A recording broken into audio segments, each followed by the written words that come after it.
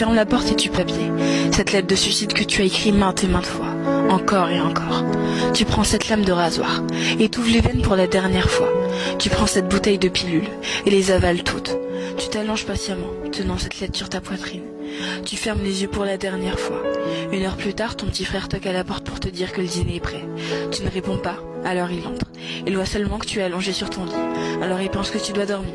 Il redescend et dit ça à ta mère. Elle monte dans ta chambre pour te réveiller mais remarque que quelque chose ne va pas. Elle prend la feuille que tu as dans les mains et la lit. Sanglotant, elle te secoue. Crie ton nom mais tu ne réponds pas. Ton frère, désorienté, court dire à ton père que ta mère n'arrive pas à te réveiller. Ton père monte les escaliers affolé. Voit ta mère en train de pleurer, tenant fermement cette lettre contre sa poitrine, près de ton corps sans vie.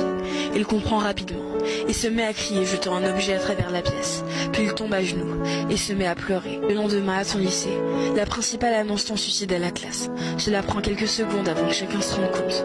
Puis tout le monde devient silencieux. Ils se blâment tous. Les professeurs pensent qu'ils ont été trop durs avec toi. Ces filles populaires repensent à tout ce qu'elles t'ont dit de méchant, bêtement. Ce garçon qui avait l'habitude de t'ennuyer et de t'insulter ne peut pas s'empêcher de se haïr pour n'avoir jamais osé te dire à quel point il te trouvait belle en réalité. Ton ex-petit copain, celui à qui tu disais tout, celui qui t'a largué. Pourtant, il ne peut pas supporter d'entendre cette nouvelle. Il s'effondre, se met à pleurer puis quitte la classe. Ses amis, ils sanglotent aussi. Se demandent comment ils ont fait pour ne pas se rendre compte que quelque chose allait mal. T'aurais aimé pouvoir t'aider avant qu'il ne soit trop tard. Et ta meilleure amie, elle est en état de choc. Elle ne peut pas y croire. Elle savait ce que tu traversais, mais elle ne pensait pas que ça allait aussi mal. Au point d'en finir. Elle ne peut pas pleurer. Elle ne veut rien ressentir. Elle se lève et sort de la classe. Dans le couloir, elle s'effondre par terre, tremblante.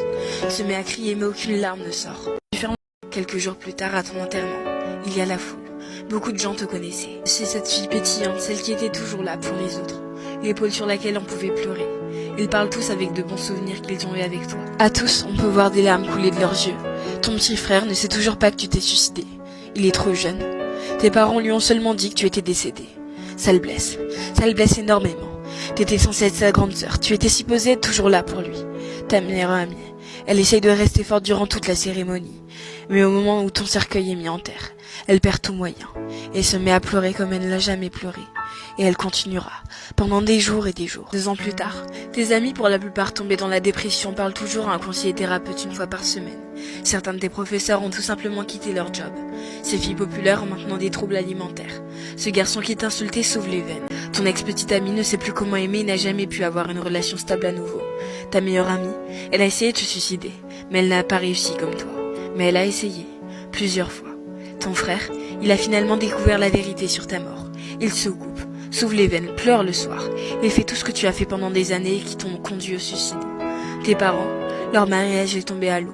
Ton père est devenu alcoolique pour le distraire du mal que lui a causé ton décès.